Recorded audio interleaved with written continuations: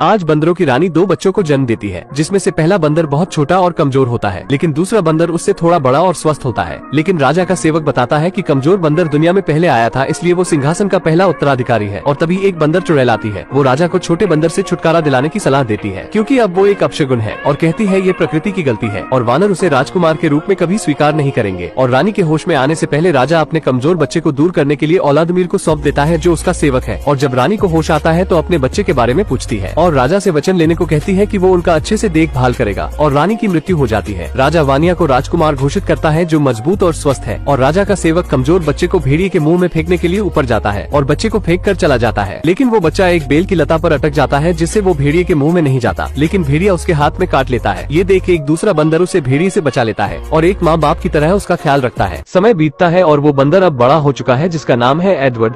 लेकिन वो अभी भी यान की पीठ पर सवारी करता है, क्योंकि अभी भी उसका एक हाथ काम नहीं करता और वो दोनों ऐसे रहते हैं जैसे एक दोस्त हो। इयान को बोलने में थोड़ी समस्या है, इसलिए वो ठीक से बात नहीं कर सकता। एडवर्ड देखता है कि एक चूहा उसका खाना चुरा रहा है।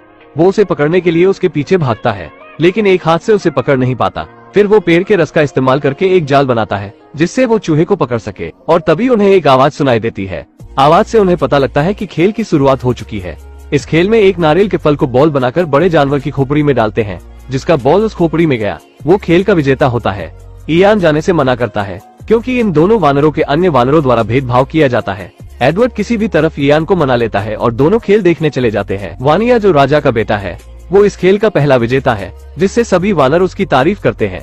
अब खेल का दूसरा पड़ाव शुरू होता है। खेल के बीच में बॉल देखकर इयान से रहा नहीं जाता और बॉल को एक छलांग में पकड़ लेता है और नीचे गिरता है, लेकिन वो बॉल एक छेद में चला जाता है, जहाँ से उस बॉल को निकालना असंभव था। सभी वानर इयान को पीटने लगते हैं और एडवर्ड उस बॉल को निकालने के लिए एक लंबी लकड़ी और पेड़ के चिपचिपे रस का इस्तेमाल करता है और बॉल को बाहर निकाल लेता है। सभी वानर उसके चारों तरफ इकट्ठा हो जाते हैं और पूछते हैं उसने ये जादू कैसे किया। और तभी वानिया आ जाता है और एडवर्ड से बॉल लेकर ऊपर फेंकता है, लेकिन उस चिपचिपे रस से बॉल उसके हाथ में चिपक जाता है। सभी वानर उसे निकालने की कोशिश करते हैं और झटके में नारियल निकलने से वो राजा के सर पर जा गिरता है। और जब औलादमीर उसे खींचकर निकालता है तो राजा का बाल भी नारियल में चिपककर साफ हो जाता है। राजा इस अपराध करने वाले अपराधी को जानना चाहता है। इसी बीच डायन एडवर्ड को देखती है और औलादमीर से पूछती है कि क्या उसने उसे राजा के कहने के अनुसार बच्चे को भेड़िए के मुंह में फेंक दिया था या नहीं। औलादमीर कहता है, राजा के कहने के अनुसार उस बच्चे को मैंने भेड़िए के मुंह में फेंक दिया था, लेकिन डायन उसे धमकाते हुए उसकी सही पहचान पता करने के लिए भेजती है। लेकिन राजा का बेटा वानिया ये सब सुन लेता है और अपने पिता से किसी दूसरे वानर को सिंहासन लेने की बात करता है और राजा सिमोन इसके बारे में कुछ करने का वानिया से वचन लेते हैं।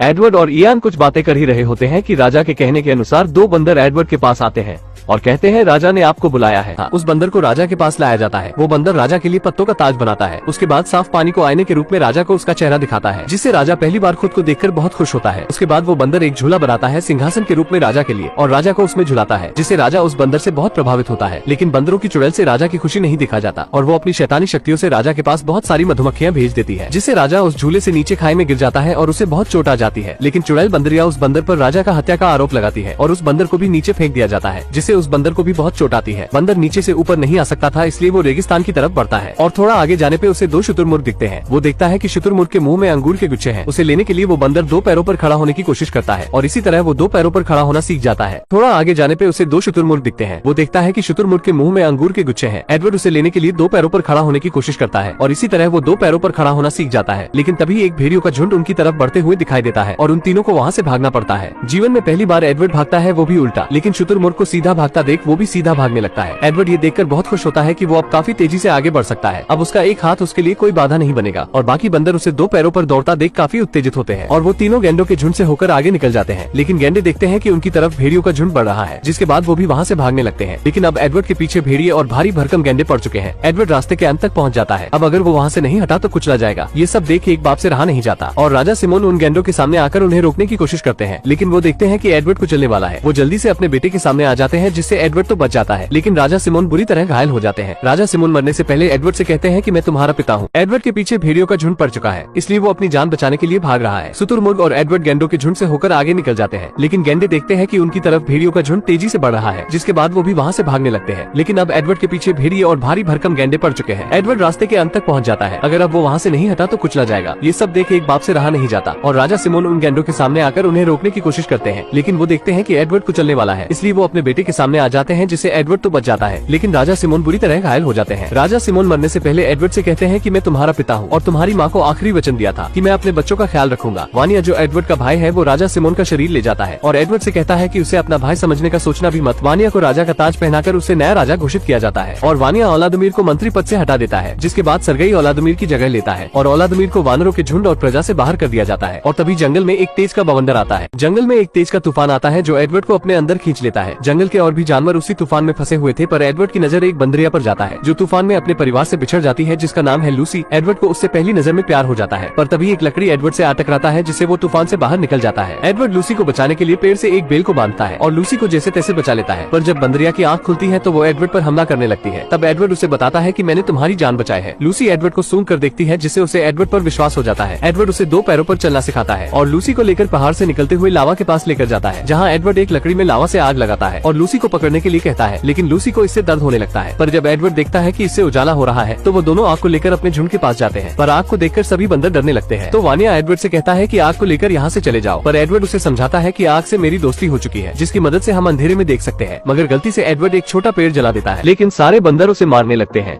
एडवर्ड और लूसी वहाँ से चले जाते हैं, जहाँ वह एक भेड़िया को गुफा से आग की मदद से भगा देते हैं और दोनों उसी गुफा में रहने लगते हैं। सभी बंदर लूसी और एडवर्ड को शिकार करते हुए देखते हैं।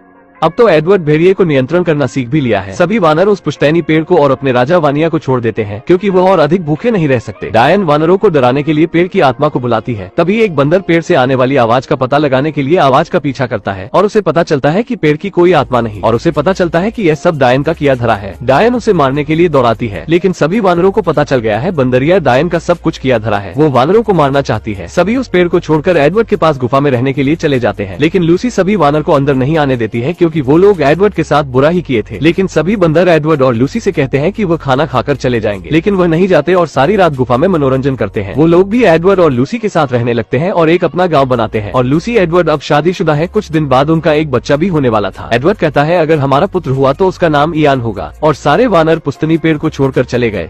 इसी का बदला लेने के लिए डायन एक साजिश रच रही है। लूसी घर पर आराम करती है और एडवर्ड निर्माण कार्य में गाँव वालों के कामों में काफी मदद करता है। और सभी वानर एडवर्ड की तरह 2 पैरों पर काम करते हैं। वो अब अपने भोजन के लिए शिकार कर सकते हैं और डिएगो अच्छी चित्र बना सकता है। लेकिन तभी टिड्डियों का झुंड उस गांव वालों पर हमला कर देता है और वो सभी चीजों को नष्ट कर देता है। सरगेई और बाकी वानर जानते हैं कि ये उस डायन का काम है, इसलिए वो सभी मिलकर उस पेड़ के पास जाते हैं। सभी वानरों के पेड़ तक पहुंचने से पहले लूसी एडवर्ड से वानिया को बचाने के लिए कहती है। एडवर्ड पेड़ के नीचे जाकर वानिया को आवाज लगाता है, लेकिन उसे कोई जवाब नहीं मिलता। सभी वानरों के पहुंचने के बाद वानिया बाहर निकलता है। सभी वानर उसे कहते हैं कि अगर वो पेड़ को उनके हवाले कर देता है तो उसे जाने देंगे, लेकिन उल्टा वानिया वानरों से वादा करता है वो उन्हें जीवित छोड़ देगा अगर वो यहाँ से चले जाते हैं तो। गिजेला वानिया का बचाव करने की कोशिश करती है, जो वानिया की पत्नी है, और सरगेई वानिया पर हमला करने की अनुमति देता है और वानिया गुस्से में वानरों को मारने लगता है, लेकिन वानरों की संख्या ज्यादा होने की वजह से उनके आगे टिक नहीं पाता। पेड़ में आग लगा दिया जाता है, लेकिन एडवर्ड पेड़ के नष्ट होने से पहले गिजेला को उस पेड़ से बचा लेता है। लेकिन इस बीच एक जलते हुए पेड़ की शाखा से खुद दब जाता है। वो वानिया को मदद के लिए बुलाता है। वानिया उसे अपने पीठ पर रखकर वहाँ से एडवर्ड को लेकर भाग जाता है, जिससे एडवर्ड की जान बच जाती है और वो डायन उसी पेड़ में जलकर मर जाती है। लेकिन अब पुश्तैनी विशाल पेड़ जलकर राख हो चुका है और वानरों के लिए यहाँ कुछ नहीं बचा। वानिया और एडवर्ड नाराजगी को दूर करते हैं और सभी वानरों के सामने अपने भाई को स्वीकार करते हैं। सरगेई वानरों में दहशत पैदा करता है कि अब रहने की कोई जगह नहीं, हम सब भूख से मरेंगे। लेकिन एडवर्ड सभी वानरों को एकत्रित करता है और बताता है हमारे जीने की एक और आशा है। उन पहाड़ों के पीछे वो पक्षियों का पीछा करते हैं और वहाँ उन्हें पानी, पहाड़ों और हरे भरे जंगल मिलते हैं और वो एक नई जगह की खोज करते हैं जहाँ एडवर्ड का मित्र इयान भी था। और यहीं पर ये मूवी खत्म हो जाती है। इस मूवी से हमें यही सीख मिलती है कि कभी खुद को या किसी को कमजोर नहीं समझना चाहिए। दोस्तों, अगर वीडियो पसंद आई हो तो वीडियो को एक लाइक जरूर करें और भी ऐसी ही मूवी एक्सप्लेन वीडियो देखने के लिए चैनल को भी जरूर सब्सक्राइब करें। हम मिलेंगे आपसे बहुत ही जल्द अगली ऐसी ही धमाकेदार वीडियो में। तब तक के लिए गुड बाय।